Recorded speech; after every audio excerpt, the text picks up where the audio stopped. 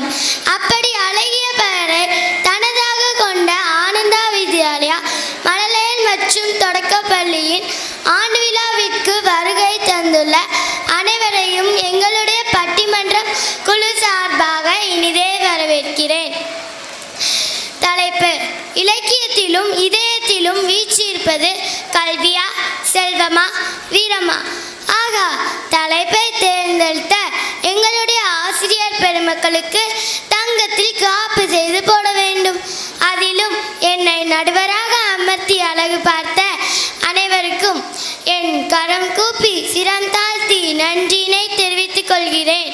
என்னை பொறுத்தவரை கல்வி, செல்வம், வீரம் என்பது உண்ண உணவு, உடுக்க உடை, இருக்க இடம் என்ற மனித வாழ்வின் அடிப்படை தேவைகளுக்கு ஒப்பானதே.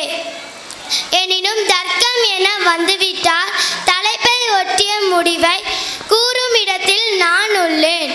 கல்வி என்பது நாம் இவ்வுலகில் வாழ உதவும் உயிரற்ற பொருட்களையும் மற்ற உயிர்களையும் கையாள கற்றுக் கொடுப்பதே கல்வி. செல்வம் என்பது மனிதன் பெற வேண்டிய 16 ஐஸ்வர்யம் பற்றி இங்கே பேசவில்லை.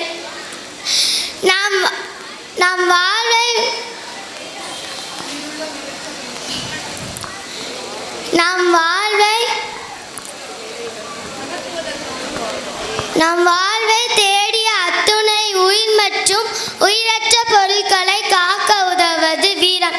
வலியோர் இழந்தோரை காக்க உதவுவது வீரம் என கல்வி, செல்வம், வீரம் என இலக்கியத்திலும் இதயத்திலும் வீற்றிருப்பது கல்வியா, செல்வமா, வீரமா என்ற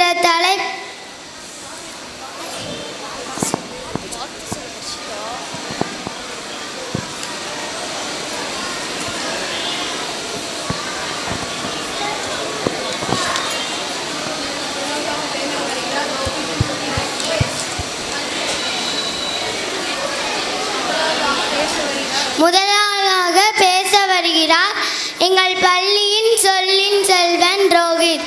ரோஹித், வாங்க. அனைவருக்கும் வணக்கம். என் பெயர் ரோஹித். நான் 5ஆம் வகுப்பு படிக்கிறேன். கல்விதான் சிறந்தது என பேச வந்துள்ளேன்.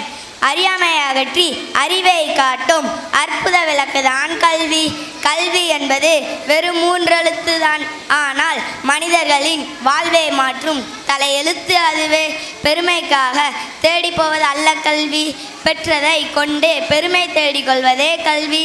ஏடு வைத்திருக்கின்ற கல்வி கடவுள் சரஸ்வதி தேவியே இன்னும் கற்றுக்கொண்டுதான் இருக்கிறார் என்ற இந்த வரிகளின் மூலமாகவே கல்வி என்பது முடிவல்ல, தொடக்கம் என்று தெளிவாக புலப்படுகிறது. கண் போன்ற கல்வியை நீ பொன் போல பாதுகாத்தால் மண்ணுலகில் சான்றோனாய் வாழ்ந்து விண்ணை தொடலாம்.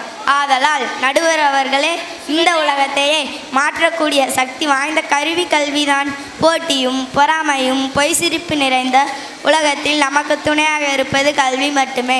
கல்வியை பெற்று சிறப்போடு வாழ வாழ்த்துக்கள். நன்றி.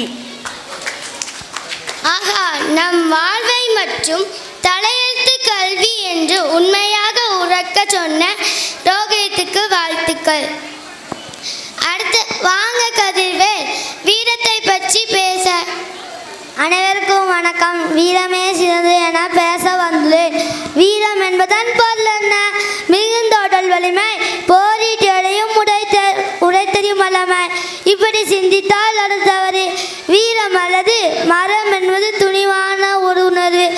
சரி என்று பட்டத்தை யார் தடுத்தாலும் சிரம் தாழ்ந்தாது செய்து முடிப்பதே வீரம்.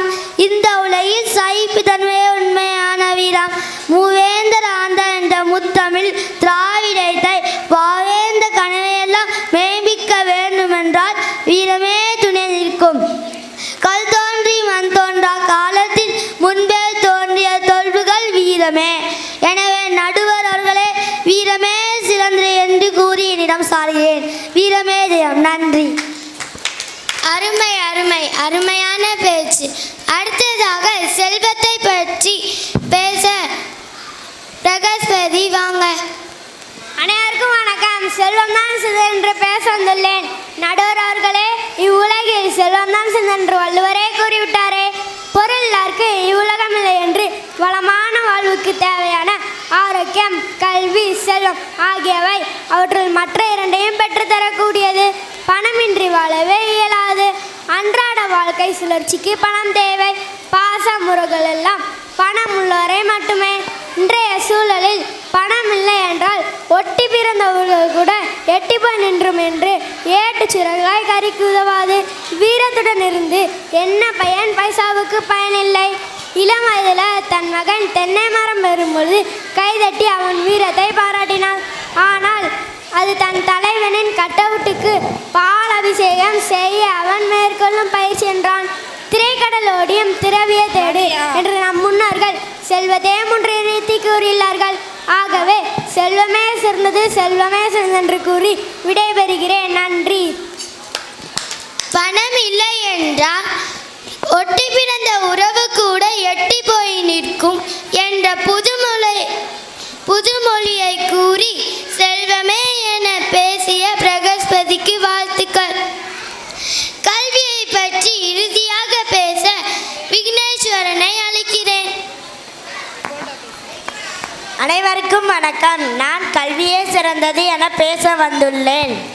கற்றோர்க்கு சென்ற இடமெல்லாம் சிறப்பு என்ற ஔவையார் அவர்களுடைய மூதுரை பாடலின் வரிகளை முன்வைத்து கல்வியே சிறந்தது என நான் பேச வந்துள்ளேன்.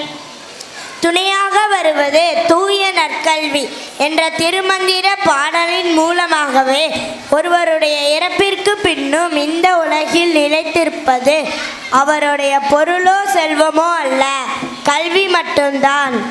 கல்வி கற்றவர் கலங்கி நிற்பதும் இல்லை, காலத்திடம் தோற்று போவதும் இல்லை என்ற வரிகள் காலத்தினால் கற்றவர்களுக்கு எந்த பாதிப்பும் இல்லை என்பதை உறுதிப்படுத்துகிறது. அல்ல குறையாத அட்சய பாத்திரம்தான் கல்வி. அறிவு என்னும் பிட்டகத்தை திறக்க உதவும் ஒரே சாவிதான் கல்வி. அறியாமையை அகற்றி அறிவை காட்டிடும் அற்புத விளக்குதான் கல்வி.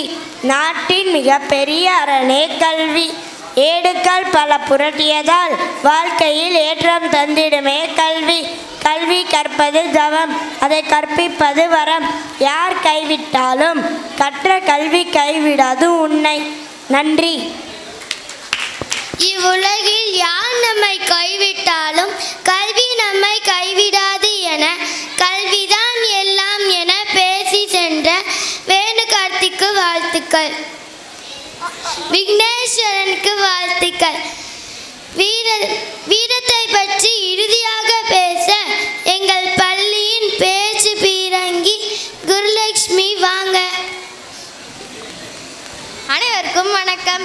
இலக்கியத்திலேயும் இதயத்திலேயும் வீற்றி இருப்பது கல்வியா செல்வமா வீரமா என்ற தலைப்பில் நான் வீரத்தை பற்றி பேச வந்துள்ளேன். கல்வி முக்கியம்தான். அதே நேரம் கல்வியானது இன்று கடை வீதியில் கிடைக்கும் பொருள் போல் எங்கும் பரவி உள்ளதால் எளிதில் கிடைக்கிறது. கற்ற கல்வி ஏற்றவாறு கிடைக்கும் வேலையால் செல்வம் கிடைத்து விடுகிறது. ஆனால் வீரமானது தமிழ் கலாச்சாரத்தில் பண்பாட்டில் ஊறிப்போனது. ஜல்லிக்கட்டு போராட்டத்தில் காளைகளாகிய இளைஞர்கள் தலைமை இல்லாமல் தனிந்து ஒன்று கூடி போராடி வெற்றி கண்டார்களே, அதுதான் தமிழர்களின் வீரம். அதனால் இலக்கியத்திலேயும் இதயத்திலேயும் முந்தி இருப்பது வீரமே. அறிவை வளர்த்து தேவையான அளவு செல்வம் சேர்த்து அச்சமின்றி வாழ்ந்தால்தான் அது மிக சிறந்த வாழ்வு என்று விடை பெறுகிறேன். நன்றி, வணக்கம். வீரத்தை பற்றி பேசிய குருலட்சுமிக்கு வாழ்த்துக்கள். அடுத்ததாக செல்வத்தை பற்றி இறுதியாக பேச வேணுகார்த்திக் அவங்க.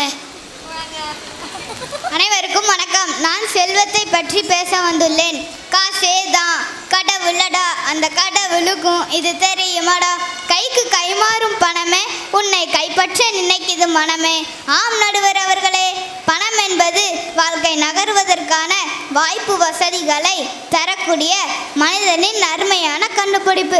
நாம் அனைவரும் அறிந்தே 2 வருடங்களுக்கு முன்பு இந்த உலகை ஆட்டி படைத்தது கொரோனா என்னும் கொடிய வைரஸ். நடுவர் அவர்களே, இந்த கொரோனா வைரஸ்க்கு ஏழை யார் பணக்காரன் யார் எவன் வீரன் எவன் கோழை என்று எதுவுமே தெரியாது. காற்றை சுவாசிக்கும் அத்தனை பெயரையும் பிடித்து உலகையே புரட்டி போட்டது. நோயில் விழுந்தவர்கள் மருத்துவமனைக்கு சென்று நான் பிஹெச்டி படித்துள்ளேன், எம்எஸ்சி பிஎட் படித்துள்ளேன் என்று சொல்லி யாராலும் சிகிச்சைக்கான இடத்தை பெற்று வர முடியவில்லை. அங்கே கல்வி கற்றவனும் சரி, வீரத்தில் விளைந்தவனும் சரி, பணம் இருந்தால் மட்டுமே மருத்துவமனையில் இடம் கிடைத்தது. காற்றை கூட காசு கொடுத்து தான் வாங்கினோம், ஓட்டுவை கூட நோட்டு கொடுத்து தான் வாங்கினோம் என்பதை மறந்திருக்க வாய்ப்பில்லை. ஆகவே செல்வம் தான் சிறந்தது. நன்றி, வணக்கம். செல்வமே சிறந்தது என பாட்டை பாடி சொல்லிவிட்டார். வேணு கார்த்திக்கு பாராட்டுக்கள். பேசிய அத்துணை பேருக்கும் பாராட்டுக்கள். இப்போது நான் முடிவு கூறும் இடத்தில் உள்ளேன். குஞ்சி அழகும் கொடுந்தானை கோட்டழகும் மஞ்சள் அழகும் அழகல்ல, நெஞ்சத்தின் நல்லம் யாம் என்னும் நடுநிலைமையால் கல்வி அழகே அழகு. எது அழகு? மனிதனின் தன் மனதில் தான் நான் நல்லவனாக வாழ்கிறேன் என்று நடுநிலைமையோடு நான் வாழ்கிறேன். கல்வி